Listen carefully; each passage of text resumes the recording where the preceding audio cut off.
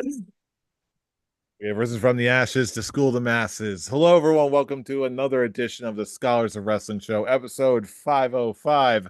I'm your man behind the microphone and your reigning, always never defending Scholars of Wrestling World Wildlife Fun Saturday Night Live Velocity World Champion. I am Scholar Jeff. Joining us this week, the OG undisputed scholar himself. You know him, you love him. He is the one and only Scholar Tarek. Scholar Tarek, how's tonight treating you, sir?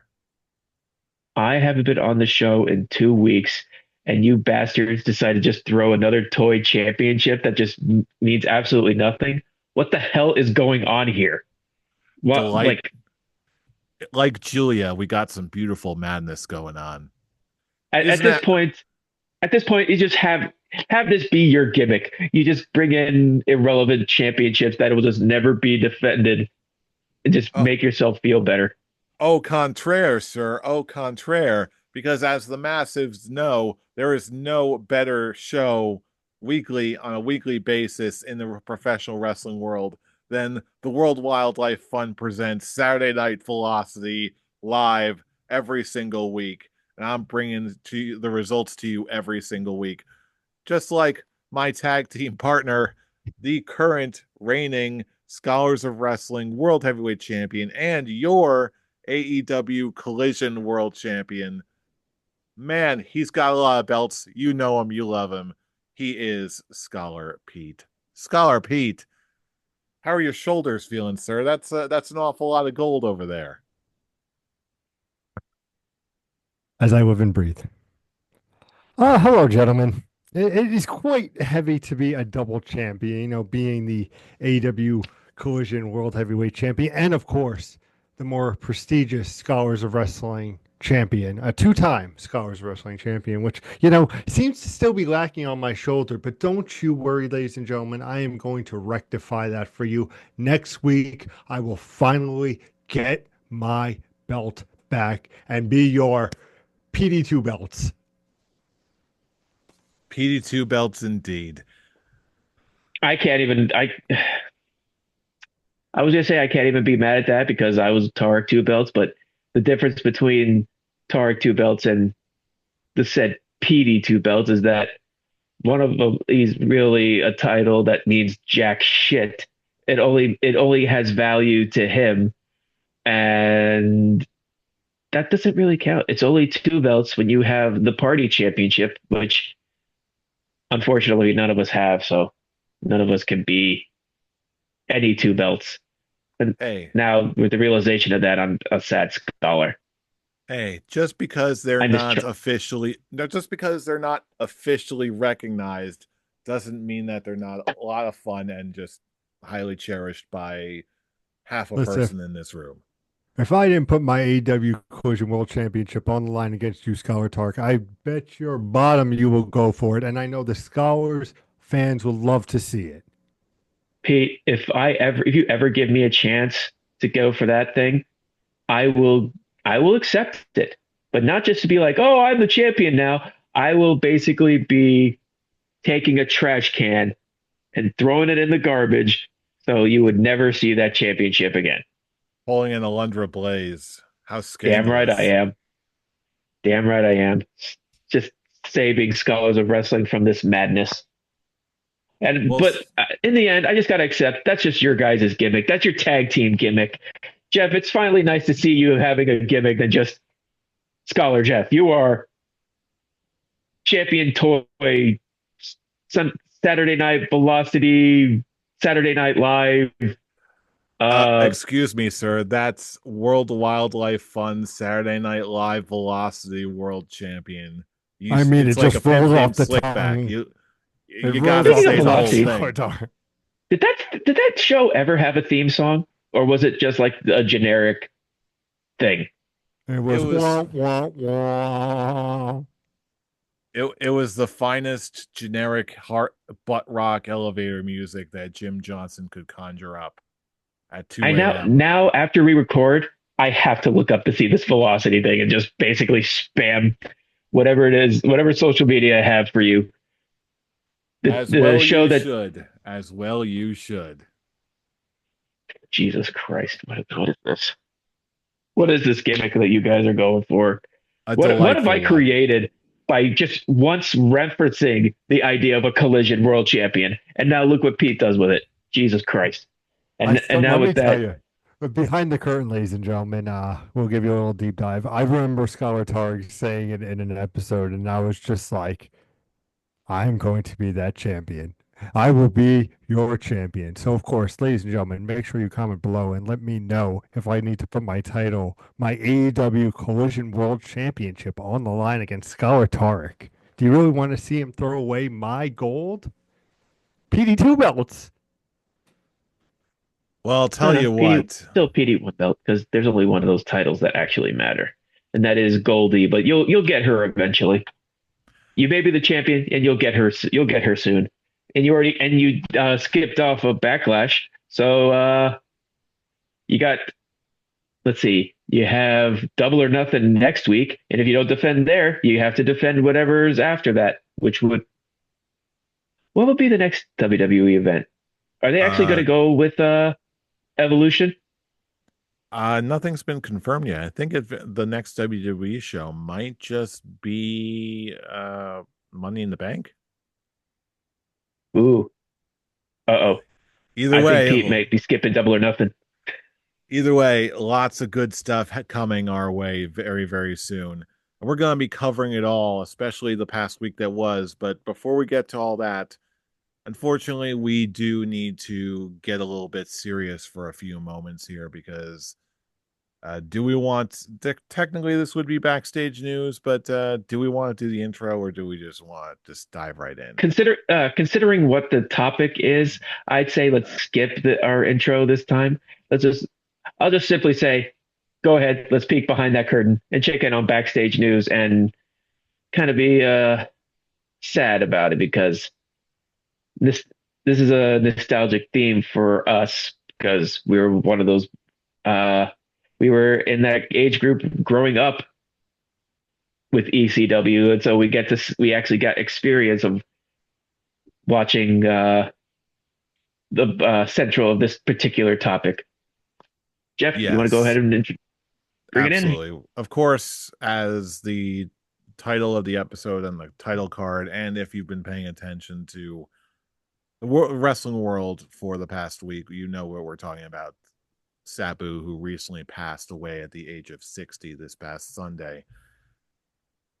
This one was one of the hardest wrestling passings, not just in general, but also for me on a personal level, for reasons I'll get into shortly. But we've all been seeing them, the tributes, the reminiscing, the sharing of the memories, the tears, the everything for the homicidal, suicidal, genocidal, death defying Sabu. There's so much we could all say. And again, I've got stories of my own, but first, let's pitch it over to you guys. How did you react to the news? How did it hit you? And what's a special memory that you've got of Sabu? Well, I don't have like a particular like memory, just I guess just reminiscing of just what I remember from just the past, just growing up when we watch ECW late at night, and just remember just when it comes came to Sabu, he was just one of those ones that just left the huge impact because he was being the ones who was doing those death defying moves. And when I hear Taz's uh trying to find the right word for it, just his thoughts on the passing of Sabu and happened at Dynamite, and I just look back at their history and thinking that, gosh, I remember when Taz did that suplex and Sabu landing on his head, and I'm just thinking, well, he's lucky to actually be make still wrestling and having his final match at the age of 60, which from what is being told in the reports on that one, that he wasn't exactly in the right frame of mind in that match. Makes me actually want to go and look up that what was it was in GCW, correct? Yes, his last match was in GCW. All week we've been hearing just conflicting reports about, oh no, he was high on something. No, he was drunk. No, he was high on something. And No, with Joe they and what Joey Janela said, yeah. Um, it actually makes me really want to go and look up that match and see just from hearing the point of him getting actually legit knocked out in this match and he's just loopy all around. It's nice to know that he actually had his retirement match. And it's just sad that it would basically be 2 weeks later after that we had to talk about his passing. Um, for most people, I've never been like as I liked ECW, but I've never been like that huge a fan of the death match stipulation. And he was just basically one of the like real ones that really pushed that into, I guess I could say the mainstream, but it just, yeah, I guess because of his exposure in ECW and just all the death matches, all that death defying moves that he did. Apparently, like people are saying, oh, he was the one that really did those big moves through tables that really brought it into what the hearsay and professional wrestling period that would even be adopted into WWE, and it's still being used today. And it's even been perfected today. And it makes me look back, oh yeah, like with all the like the death defying moves, he's always been the one that's when he does his moves, he's always came off as the sloppy. But that's actually just added to his charm. That is what made Sabu Sabu. It didn't have to look perfect, but it still had to look effective.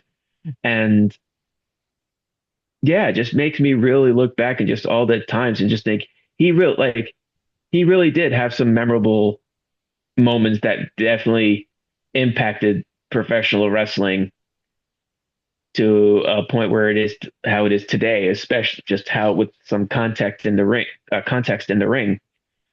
And it's just sad that it had to be under these circumstances.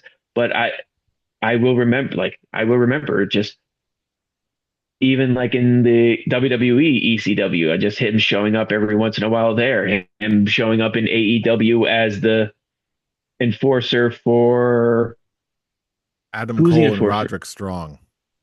That's right. And I was the only one who was excited about it. Everyone else was just confused about it. It's like, I'm like, I don't wait, care. I get to see Sabu on my TV in the year whatever it is. And I'm just like, it was last year, right? okay. 2024. I think it may have been, but I'm like, you know what? Yeah, get that bag, Sabu. I don't care. Just throw a chair, point at the ceiling. Yeah, In the end, it's I will remember what he's done for it. I'll remember all those memorable moments that we had growing up in ECW, and just always looking back on those all the scars that he had on his body, just to really show his passion for professional wrestling. And I just gotta tip my invisible hat to that and just say thank you, Sabu, for those memories and for what you did to this business that made that is still being seen today. for sure. How about you, Pete? Any reminiscing thoughts on Sabu or maybe any special memories you got of the guy? All the things and more. I mean, we're talking about an incredible performer here. Taz hit it up on Dynamite. I know when he said Sabu had an aura before people had auras, and the man, you point to this guy, everybody knows. You see the scars on their body. Yeah, everybody, scholars, fans, everybody. I urge you to watch The Rise and Fall of ECW.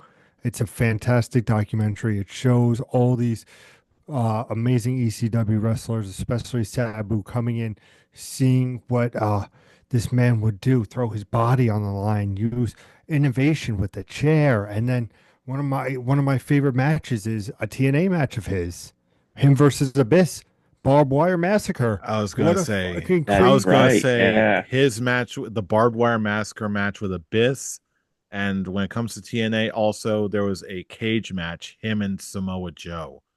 But That that's was phenomenal. But that's what I just remember that match. I remember his pants and they were just getting ripped.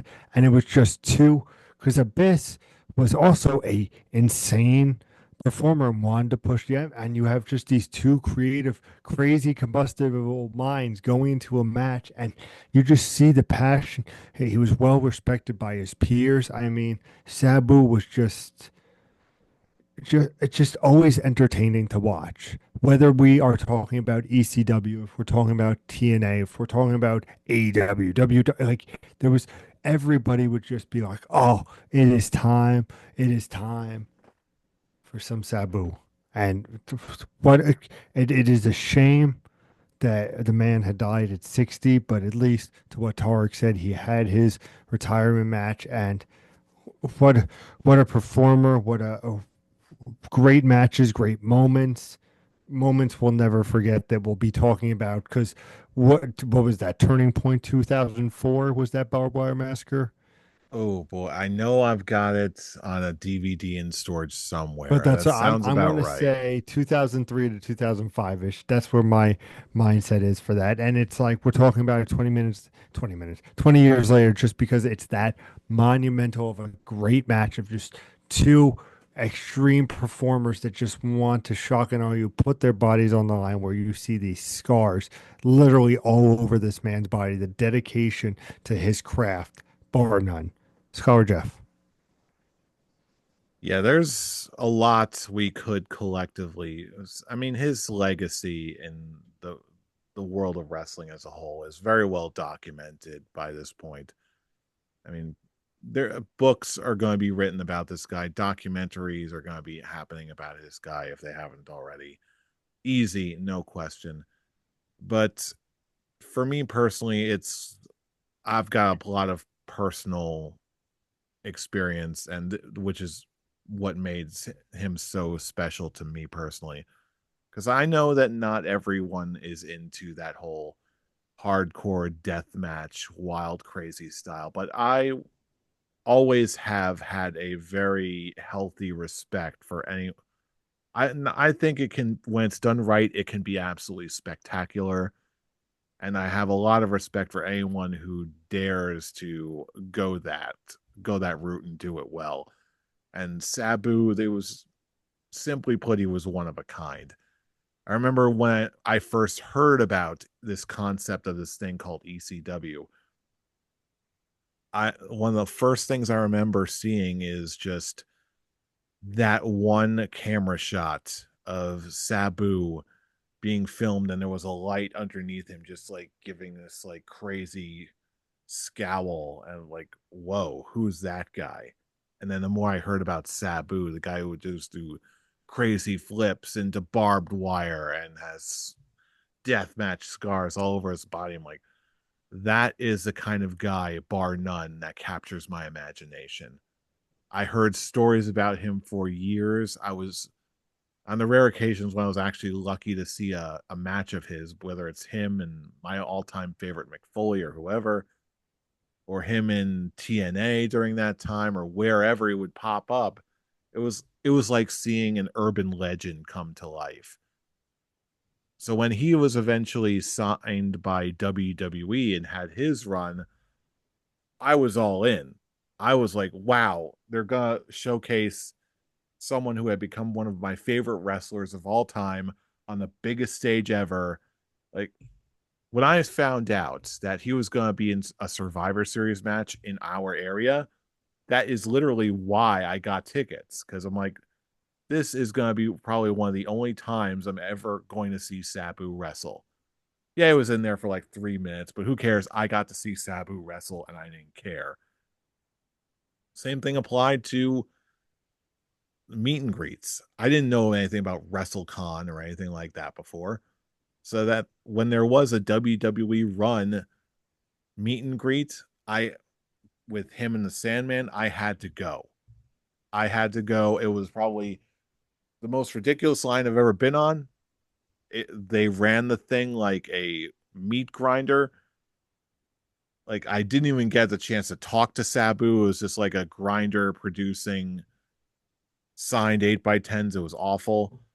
But technically I was in the room, and what resulted was this 8x10, which is barely being picked up on the thing, but yeah, it's a Sabu 8x10. Yeah, you can see it somewhat. I say have it be in front of you. Have it be like in front of your chest so you can get a good look.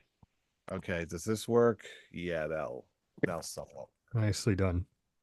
But yeah, that's the point. It was like, okay, yeah, it's a memory, but not the real like one-on-one thing that I was really looking for. Because again, I'm a Sabu lifer, I think.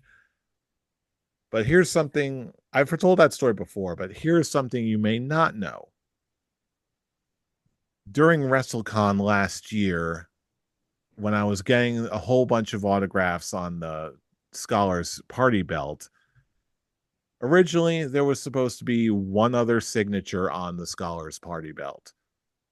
I was intending to get Sabu to sign the party belt. I walked through.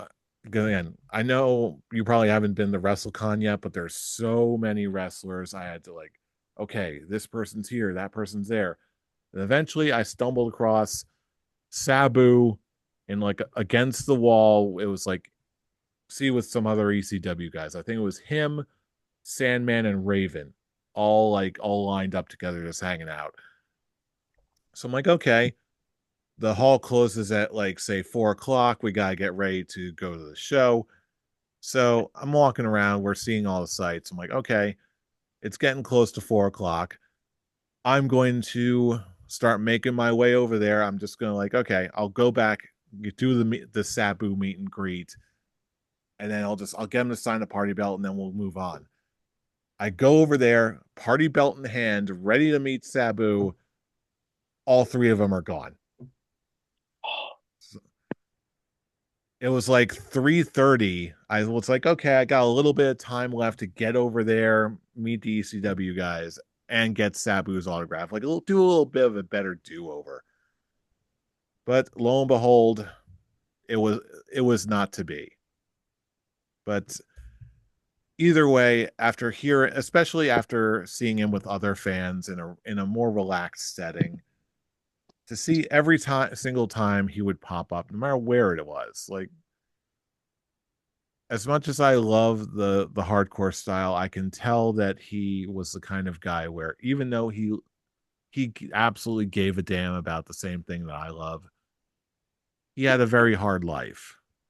So that even when I hear about he's passed away suddenly after maybe not even a month after his final retirement match, with thank God he got the chance to do.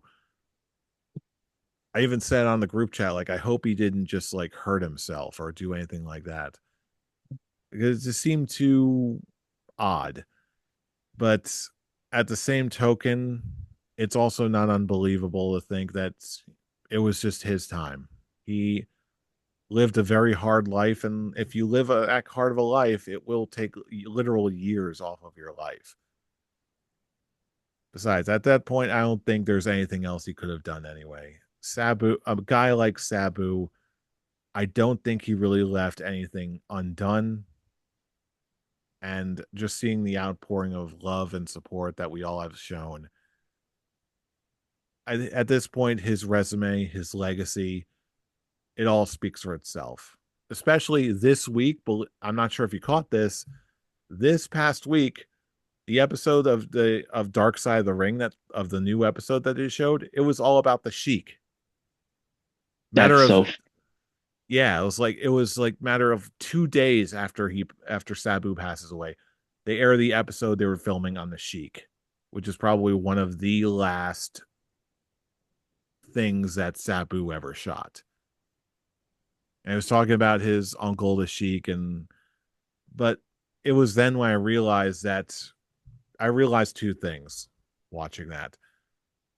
First of which is the reason why Sabu had such love for his uncle was because he was really more than that to him. He was more of a father.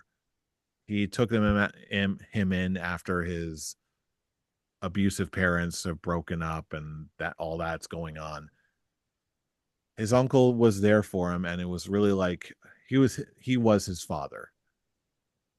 The second thing I learned is how much of the Sheik carried on through Sabu, and how we just took what the Sheik had done, took what it worked and why, and just modernized it for a new generation.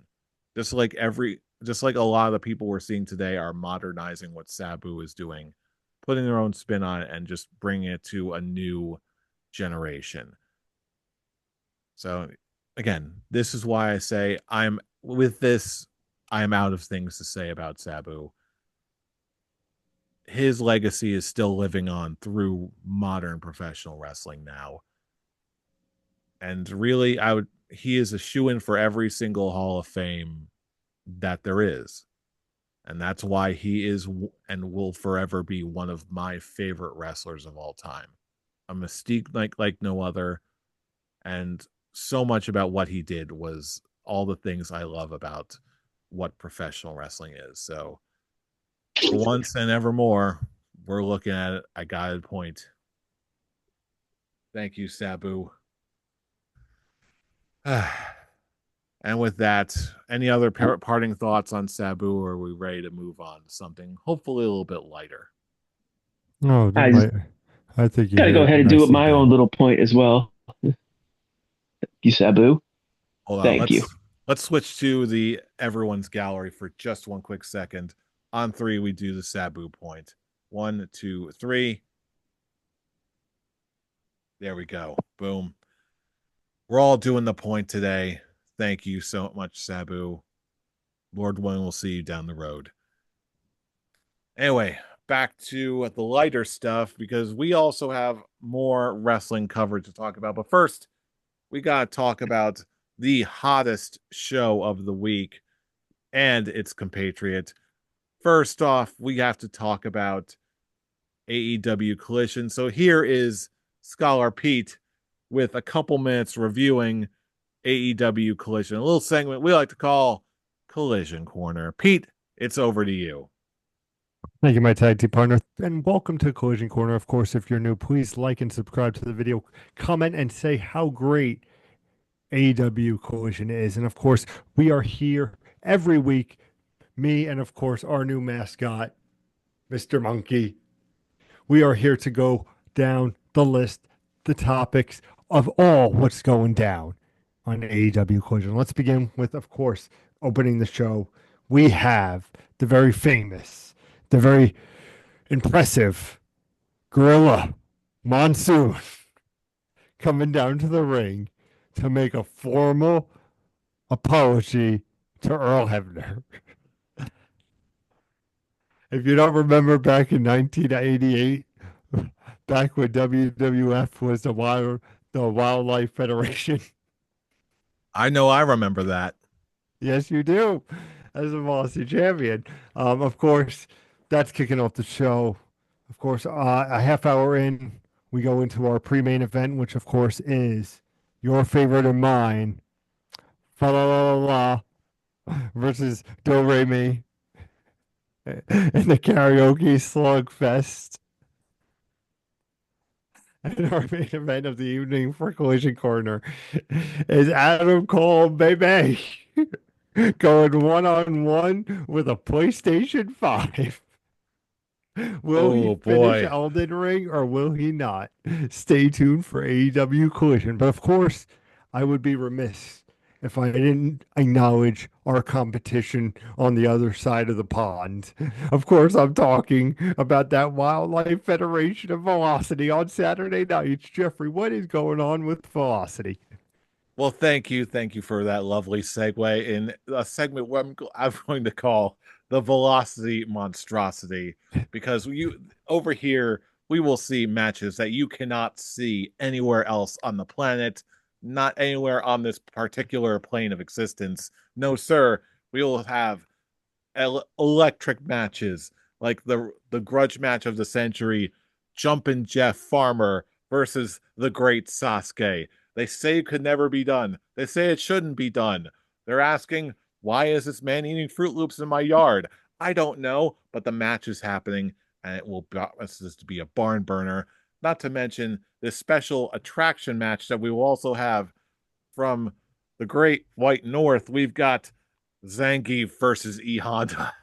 And it is a specialty Street Fighter heavyweight. characters in Velocity. Hey, it is more likely than you think, my good man. I tell you what. But that isn't even the main event. The main event of Velocity this week is the dream match you thought you never see, but oh no, you did not believe, so you did not receive until this very day. This match for the main event of Velocity, they say it would never happen, but it is. It is the legendary Ricochet versus Zach Gowen. Yes, indeed, a special attraction match. Couldn't first time ever anywhere in the world. Once in a First time lifetime. ever. Never again. Never to be duplicated or repeated in this or any other multiverse. This is what the big excitement that you can get at the World Wildlife Fund Saturday Night Velocity. Thank you very What time large. is it? What time should they tune in? -2 to the 13th power, star date 1941. Tarek, back to you.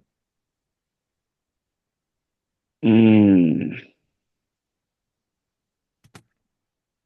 It's okay. I know that your mind is blown by all of these incredible matches that are on deck. You just got to check them out for yourself. I'm going to kill those titles.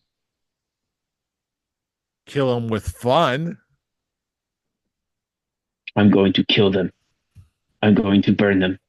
I'm going to erase them from existence. I will make it my mission to destroy those titles, destroy your velocity, monstrosity, atrocity. Great name, by the way. Great name. That is the I can't. greatness you can Okay, expect from World Wildlife Fund Saturday Night Velocity. velocity. Well, yes, World Wildlife Fun Saturday Night Velocity. He's like, just I like the talk real good. life AEW, we got to bring Try in saying that each 5 times fast. No. But anyway, on a Collision submission. I don't know. we already have Trying to a think of name for other that ones. one. But You anyway, say collision corner, but I'm trying to think of something that rhyme. You say velocity, atrocity, monstrosity.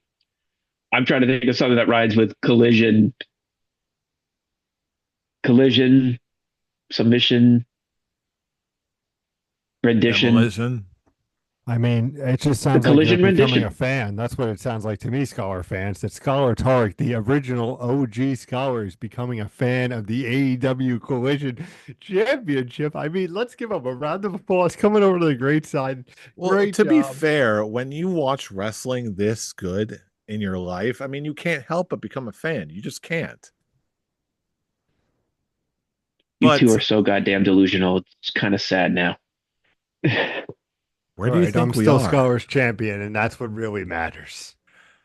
But yes, and as I will agree on scholars, that one. That's all that matters. though, we would Don't be worry, remiss Goldie will if get we to you didn't. eventually. We would be remiss if we did not cover the other major shows this past week in wrestling, including WWE's WCW. most. I was going to refer to WWE's most recent premium live event, WWE Backlash. But yeah, this one was surprisingly satisfying up until the main event. This I've just felt was flat out underwhelming towards the end. Uh, Immediate thoughts from Backlash? Any major takeaways from either of you gentlemen? John Cena's new finishing move is just a low blow and then hit you with the title. That's his new finishing move. Forget the AA. And now we're gonna get R-Truth versus John Cena at Saturday Night Main Event. Okay. I don't hate that. Um, it makes sense in the long run with how R-Truth is saying John Cena is his childhood hero, even though he's older than him. That's that's the hilarious joke about it. Um, oh, when it comes to Backlash, it was just there. It Mhm. wasn't bad.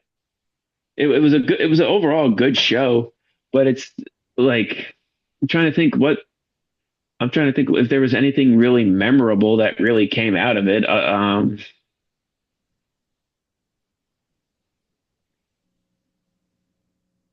I think the Uh, silence is really answering your own question. I'm It not even just gonna lie. I'm not even gonna lie. I don't even remember what the matches were on that card. I was just like, wait, what happened? Was And that's the problem. I mean, yeah, you're coming off of WrestleMania and then you're coming into Backlash. You had five Dominic and matches, Penta? and we we had can name. Dominic and Penta, we had Oh the yeah, fatal four Gunther way versus for Pat McAfee was fun. yeah, but Yeah. again, we knew what was going to happen there. We got Lyra Valkyria defending her championship against Becky Lynch, which is really the only surprising thing. And then, of course, John Cena versus Randy Orton, which we already knew was going to, it was what it was. It was overall. I'll just give it a classic goatee, 3 out of 5. Like just right there, right in the middle. It wasn't. It didn't do anything to harm anyone, but now I'm just questioning whether or not is Lyra Valkyrie going to actually surpass Chelsea Green's uh, U.S. Championship reign, being like the first ever champions of the mid card titles. I really need to look up and see how long Lyra has been champion. I actually think it might be coming up to because the Intercontinental Championship was introduced shortly after the United States one, so it should be relatively soon. Probably already happened. That's a good question to look up and keep tabs on. But yeah, I'm going to join you on that rating. I'm going to give it a 3 out of 5 classic goatee. There was something to enjoy here, but outside of that, the entire show felt like a stopgap show, preparing and setting the stage for later, more fully formed feuds and storylines for the bigger shows, hopefully at SummerSlam? Question mark. But yeah, Pete, your thoughts on WWE Backlash and any beard ratings you got for the show? Of course, it's a solid 3 out of 5, without no doubt. It's like we said, Scholar Jeff, last week when we were giving our predictions. Like this card was very predictable. It's like it's like when when you go to a restaurant and you order a drink, but like you order like a soda or water, like you know what you're getting. It's an average drink. It will, but I'm here for what the appetizer, what the entree is going to be. And this appetizer of a soup and salad is going to be R-Truth and John Cena at Saturday night's main event. Then you're gonna have the Money in the Bank. Are we gonna see Cena Punk? Like, there's so many different things we could see there. Like, give me the appetizer, give me the entree.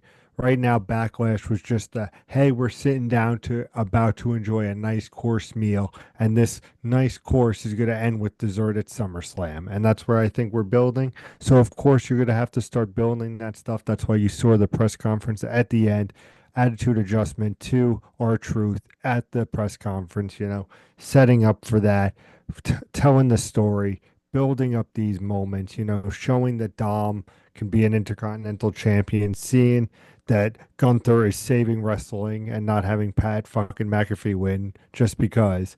Like, it was just it was what we expected, what we knew what was going to happen, but it's driving a story that's going to be worth it, I hope, for this summer. Make me proud, Triple H. Indeed. So that's what's happening on the WWE side of life. But before we go, we have to take a look at what AEW has been up to lately, because there's a lot of stuff happening on AEW Dynamite alone, including, at long last, MJF gets accepted into the Hurt Syndicate. The question right now, as far as that storyline is concerned, is how long is this going to last? I don't think it's gonna last long at all. I think we're gonna have honestly, it could even possibly be next week during the contract signing and just having it be a big twist that it's gonna be bringing debuting Cedric Alexander to finally join his Hurt Business brothers and just continue to have them be more heelish because even though they're still booked as heels, they're getting that positive response from the crowd. I mean, they are popular. They're awesome. I'm such a huge fan of them. I was a huge fan of them when they were the Hurt Business, and I will say, as someone who has just been mainly following WWE his entire wrestling fandom life, I actually think AEW is actually putting on a better product uh, right now. I think they're continuing their momentum. I'm invested with Will Ospreay and Hangman Adam Page for the finals of the Owen Hart tournament. Um, I'm looking forward to now. There's really starting to build up the Anarchy in the Arena match, which we all knew was going to happen. We got that Samoa Joe John Moxley match, which we all knew it was going to happen, but Still enjoyable it was still enjoyable. Exactly. for sure. Um, Tony Storm getting a match. God, who pinned her this week on Dynamite? Mina I'm, Shirakawa, I thought, beat Tony yeah, I mean, Storm, yeah. Skies Blue, and ACM. It was a number one hmm contendership match. It was the championship. What are those called? The championship. Oh my God, what do they call those matches? That they're not calling them number one contender match. I think it's like the championship scramble or something. No, that doesn't sound right. I Okay, I think it see what begins you're with going for. Yeah, I think I see what it's you're just going the for, type of but yeah. matches that Tony Storm has been in the last couple of weeks. Oh, I gotta look this up. It's gonna bother me now. But yeah, I like the fact that she's just throwing herself in these matches, these championship scramble. I'm gonna call it that right now because that I know that's not it, but I'll and now we're getting a match for Double or Nothing, which that's good. Um, let's see what else happened. I like the story with the Hurt Syndicate. The Death Riders are actually not being the worst thing on AEW right now, and that's a great thing. I like what they're doing with FTR. Um, let's see what else happened this week on Dynamite. Yeah. Let's see. There was another match on here. I love the Don Ricochet. Callis family. They're such a great heel group. Ricochet, the actual Yeah, Ricochet versus Zach they had Gowen. Ricochet versus Zach Gowen. I've never heard of any of them. That's not real. And now we're gonna get him Ricochet versus Mark Briscoe and probably some kind of hardcore stipulation. Um, yeah, overall, I actually find myself really looking forward to what Dynamite presents uh, when when each week comes with Dynamite. Uh, More so than I have been when it comes to something happening in WWE.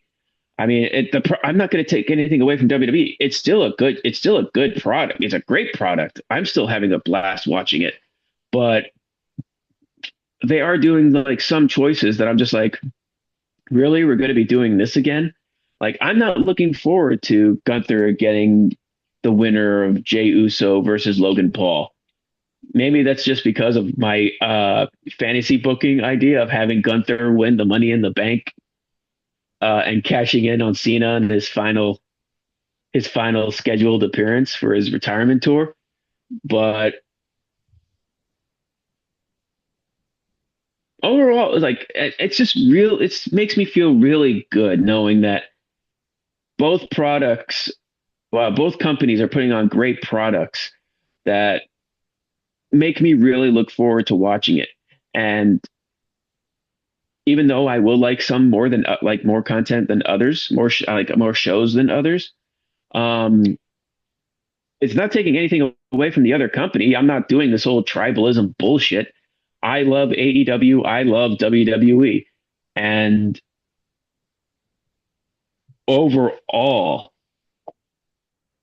I can't think of anything to where like I will have my criticisms, but it's not going to be like one of those things where I'm like back in 2019, 2020, where I'm just so ashamed to be a wrestling or I'm embarrassed to be a wrestling fan. But now I'm just watching this and it's like, oh, wrestling is at a good place right now.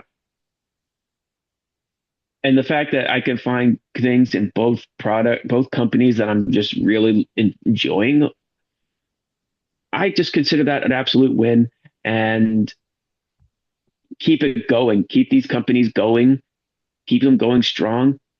I'm not necessarily a huge fan of them track of AEW stars and WWE stars basically like comparing. It's like, oh, we're our roster is better than that our the other company's roster.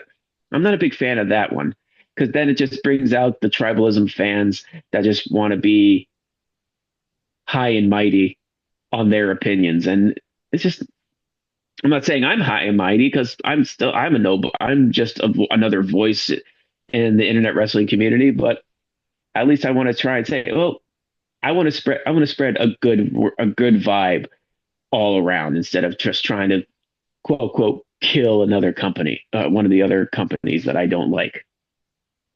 Absolutely. And AEW, I love that they're just having confidence in their product and they're just slowly and gradually just consistently delivering great wrestling week after week, getting better, a little bit better and better every week.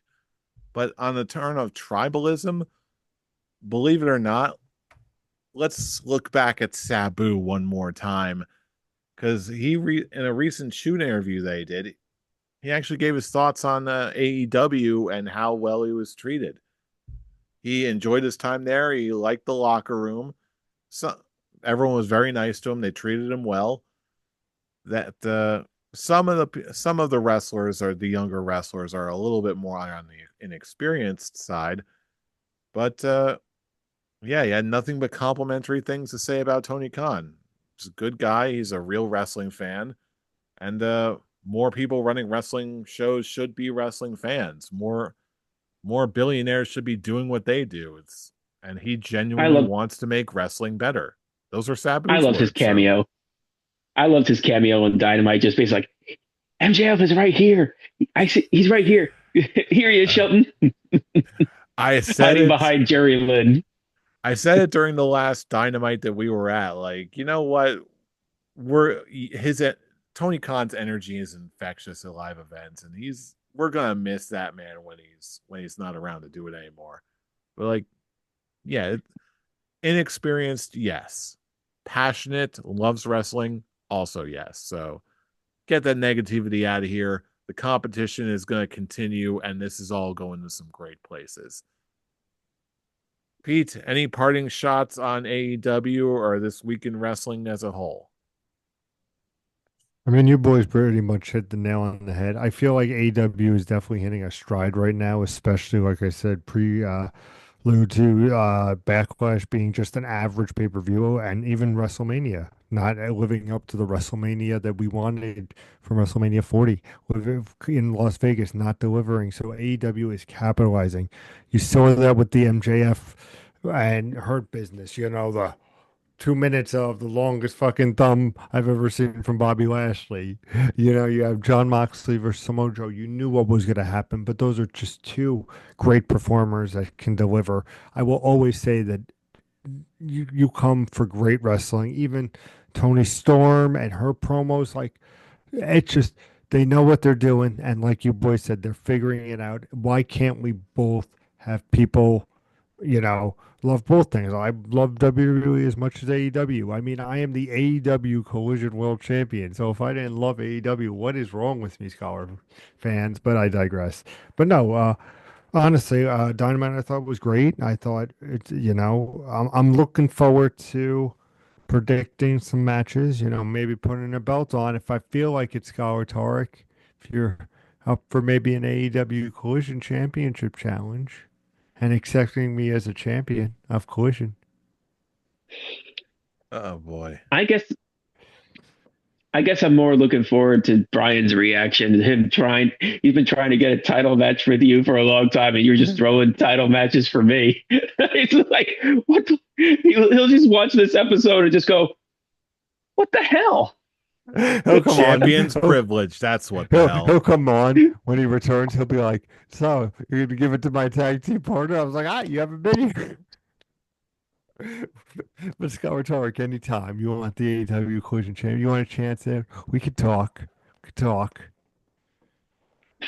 And talk we will. I'm assured of it. But You're as assured of it, it. I am assured that There talks you will go. happen. Yeah, that I'm talking English good. Leave me alone. Yeah.